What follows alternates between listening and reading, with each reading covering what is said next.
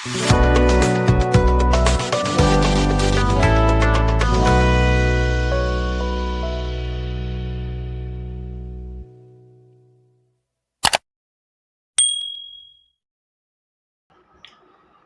And good morning दोस्तों, बहुत बहुत स्वागत है आप सभी का मेरे इस यूट्यूब चैनल क्रिक सुवेंदु में। तो आईपीएल 2024 में अगर आप देखो तो रॉयल चैलेंजर्स बैंगलोर की धमाकेदार एक तरह से कमबैक रही है।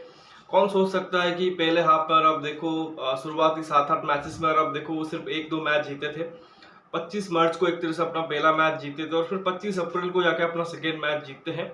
और पहले 8 में से अगर आप देखो सिर्फ 2 ही मैच जीते थे, 6 मैच हार चुके थे और 10 में पायदान पे बने हुए थे।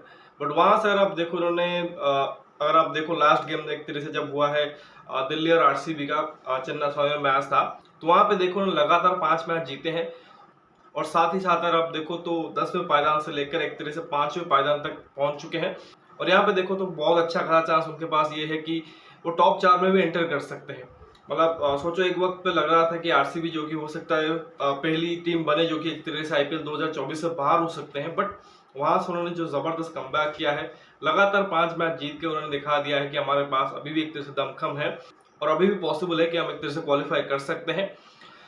पिछले टाइम अगर आप देखो लगातार जब इन्होंने 5 मैच जीते हैं, आई थिंक 3 दफा, आई थिंक 2009, 2011 और फिर 2016 तीनों ही दफा इन्होंने फाइनल खेला है। हालांकि रनर्स अप जरूर रहे हैं बट फाइनल जरूर खेला है।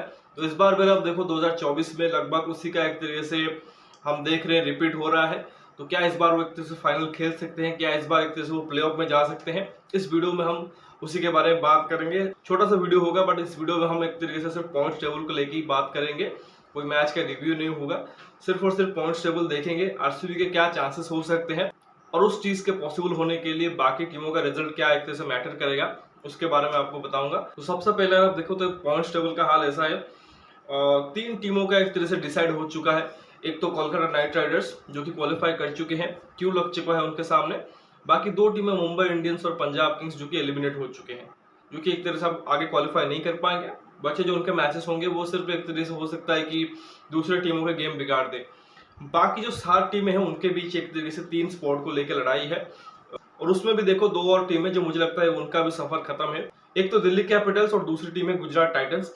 अब गुजरात टाइटंस क्यों, क्योंकि अगर आप देखो तो 14 तक तो वो भी पहुंच सकते हैं। अगर आरसीबी की क्वालिफिकेशन 14 पे हो सकती है तो फिर गुजरात की भी हो सकती है। बट नेट रन रेट आप देखो, गुजरात का जो नेट रन रेट है -1 पे है, -1.063, तो बहुत ही खराब है। तो अगर वो 2 मैच जीत भी जाते हैं बड़े मार्जिन से, तब भी हो सकता है कि वो चेन्नई, आरसीबी या हैदराबाद जो कि ऑलरेडी आप देखो 12 पे या 14 पे पहुंचे हुए हैं, जो कि 14 पे फिनिश कर सकते हैं, वहां तक पहुंच नहीं सकते हैं। तो प्रैक्टिकली ये एक तरीके से बहुत मुश्किल नजर आ रहा है। आप सोच सकते हो कि ऐसा चीज हो सकता है, मैथमेटिकली पॉसिबल है, बट प्रैक्टिकली देखें तो बहुत मुश्किल नजर आ रहा है। तो उसी वजह से मुझे लगता है कि गुजरात ऑलमोस्ट बाहर है। देन हमारा दिल्ली कैपिटल्स की बात करें तो आई थिंक आरसीबी से उनको जो एक तरह से बड़ी हार मिली उसके बाद उनका भी एक तरह से चांसेस बहुत कम है, क्योंकि उनके पास देखो तो -0.482 का एक तरह से उनका नेट रन रेट है और वो मैक्सिमम 14 तक ही पहुंच सकते हैं। और अगर वो 14 पे पहुंच भी जाते हैं तो कितना एक तरह से नेट रन रेट को बेहतर कर लेंगे। और वहां से देखो कि जो आरसीबी का नेट रन रेट है या चेन्नई जो कि ऑलरेडी 14 पे है उनका नेट रन रेट आप देखोगे तो काफी बेहतर है। तो आई थिंक दिल्ली और गुजरात फिर भी मुझे लग रहा है कि ये दोनों बाहर है। तो बचे हुए 5 टीमें हैं, Rajasthan, sunrise Hyderabad, Chennai super Kings और फिर लखनऊ सुपर जायंट्स और रॉयल चैलेंजर्स बैंगलोर। अब राजस्थान क्योंकि 16 पे है तो बहुत ज्यादा डिस्कशन वहां पे हो नहीं रहा है, बट लगातार वो 3 मैच हार चुके हैं। अब उनके लिए दिक्कत ये है कि अगर वो अपना दोनों मैचेस हारते हैं तब भी हो सकता है कि वो बाहर हो जाए, और या ये भी हो सकता है यहाँ से 2 मैच हार के भी वो क्वालिफाई कर जाए। उसके अलावा हैदराबाद की अगर बात करें तो उनके पास 2 मैच पड़े हुए हैं, 14 पॉइंट्स पे वो है। एक मैच जीतेंगे तो 16 पे पहुंच जाएंगे और अपने आप को एक तरह से सेव कर लेंगे। बट वही कोशिश करेंगे दोनों जीते और एक तरह से टॉप 2 की एक तरह से फिनिश करें। तो आई थिंक ये 2 टीमें ऐसे हैं जो अभी भी क्वालिफाई नहीं हुए हैं, बट ऑलमोस्ट लग रहा है कि क्वालिफाई कर जाएंगे अनलेस एंड अनटिल बहुत ज्यादा कुछ खराब खेल जाए। क्योंकि इनके पास अगर आप देखो तो ठीक ठाक एक तरीके से चांस है, क्योंकि एक एक्स्ट्रा मैच है उनके पास। इनफैक्ट राजस्थान के पास 2 एक्स्ट्रा मैचेस हैं, आई थिंक उस हिसाब से वो क्वालिफाई कर सकते हैं। बट ये 2 टीमें अगर आप फिलहाल देखो तो थोड़े से बेटर प्लेस है। तो बचे हुए 3 टीमें हैं, चेन्नई, बैंगलोर और लखनऊ। इन्हीं में अगर आप देखो हो सकता है कि वो जो तीसरी टीम हो डिसाइड हो। अब बैंगलोर के लिए साफ साफ सिनेरियो ये देखिए, उनका आखिरी मैच है चेन्नई के साथ और जो कि चेन्नई के भी आखिरी मैच है। फर्क ये है कि चेन्नई ऑलरेडी 14 पे है और बैंगलोर जो कि वो 12 पे है। अब 2014 का अगर आपको सीजन याद होगा तो कुछ ऐसा ही सिचुएशन बना था राजस्थान और एमआई के लिए। राजस्थान रॉयल्स जिन्होंने स्टार्ट बढ़िया किया था बट बाद में बहुत ज़्यादा खराब खेला था और अंत में वो 14 पॉइंट्स पे एक तरह से रहे थे। और मुंबई इंडियंस जिनका स्टार्ट ही बहुत खराब रहा था बट बाद में उन्होंने कमबैक करके बहुत ही बढ़िया तरीके से प्लेऑफ में एंटर की थी। तो अगर आपको आखिरी मैच याद होगा तो राजस्थान रॉयल्स 14 पे थी और मुंबई इंडियंस 12 पे थे। मुंबई के लिए आई थिंक एक इक्वेशन था कि अगर उनको क्वालिफाई करना है तो नॉट जस्ट कि मैच जीतना है बल्कि एक बड़े मार्जिन से मैच जीतना है। आपको याद होगा वो मैच आदित्य तरह का वो छक्का। तो बेसिकली हुआ ये कि मुंबई ने वो जो टास्क था उसे कंप्लीट किया, वो 14 पॉइंट पे पहुंचे but better net run rate की वजह से अगर आप देखो मुंबई ने क्वालिफाई किया था। तो बिल्कुल वैसा चांस यहाँ पे आरसीबी के लिए क्रिएट हो रहा है। चेन्नई के अगेंस्ट जो मैच है 18 तारीख को, आई थिंक जो सेकेंड लास्ट डे है वहाँ पे मैच है सैटरडे को, और उनके लिए वही एक तरह से वहाँ पे चांस रहेगा। अगर वो चेन्नई को हराते हैं तो उनको एक मार्जिन दिया जाएगा। अभी एग्जैक्टली पता नहीं है कि कोई बोल रहा है 18 रन से, कोई बोल रहा है कि 2.3 ओवर से पहले जीतना है। तो एग्जैक्ट अभी एक तरह से पता नहीं है बट जो डिफरेंस है उनके नेट रन रेट के बीच अगर आप देखो तो वो 0.14 का है। तो वही 20-25 रन के आसपास उनको एक तरह से मार्जिन मिलेगा या फिर 1-2 ओवर रहते हुए मैच जीतना पड़ेगा, जो कि आरसीबी जो कि कर सकती है क्योंकि उनके घर पे मैच है। तो आई थिंक उनके लिए तो एक तरह से क्लियर कट एक तरह से चांस रहेगा। बट एक और चीज़ जो उनके फेवर में जानी होगी वो ये कि लखनऊ सुपर जायंट्स जो कि अभी भी अगर आप देखो 16 तक पहुंच सकती है, अगर वो 16 तक पहुंच गए फिर आरसीबी के लिए हो जाएगी दिक्कत। फिर उनको ये एक्सपेक्ट करना पड़ेगा कि हैदराबाद भी अपने 2 मैचेस हारे तब जाके कुछ हो सकता है। लेकिन लखनऊ के केस में अगर आप देखो सिंपल ये है, लखनऊ को एक मैच दिल्ली के साथ खेलना है और एक मैच उनको मुंबई के साथ खेलना है। अगर लखनऊ अपना एक मैच हारती है तो वो भी ऑलमोस्ट बाहर हो जाए क्योंकि उनका जो नेट रन रेट है वो बहुत ही खराब है।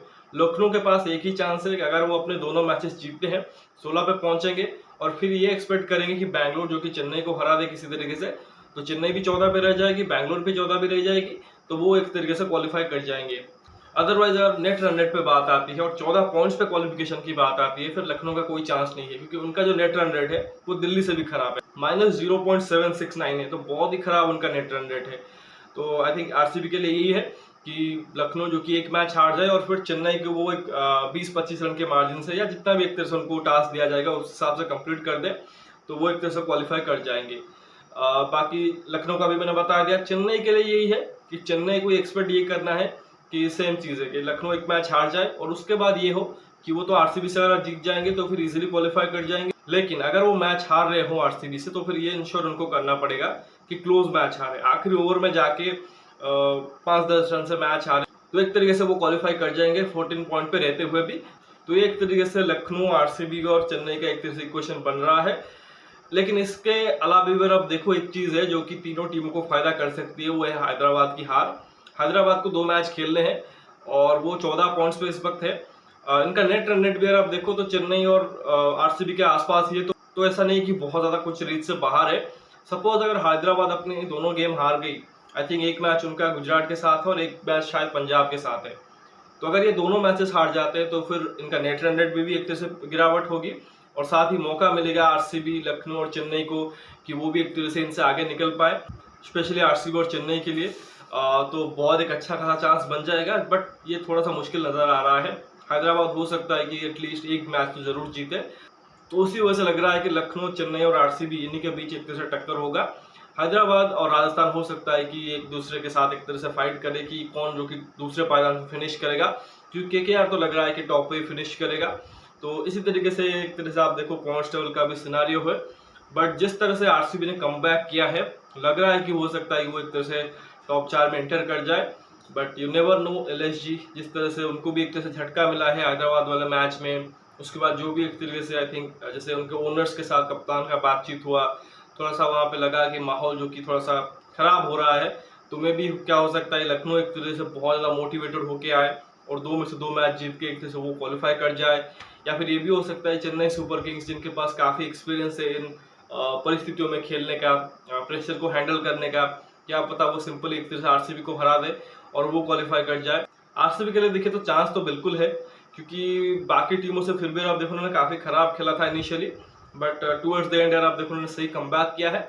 बट अभी भी देखो काफ़ी कुछ चीज़ें जो कि उनके फेवर में जाना पड़ेगा। वंस अगेन उनको दिल्ली को और एमआई को एक तरह से सपोर्ट करना पड़ेगा कि आप एक मैच जो कि लखनऊ को एक तरह से हरा दो, शायद ये भी एक तरह से एक्सपेक्ट करना पड़ेगा कि हैदराबाद भी अपने जो दोनों मैचेस हारे ताकि थोड़ा सा बैकअप ऑप्शन रहे।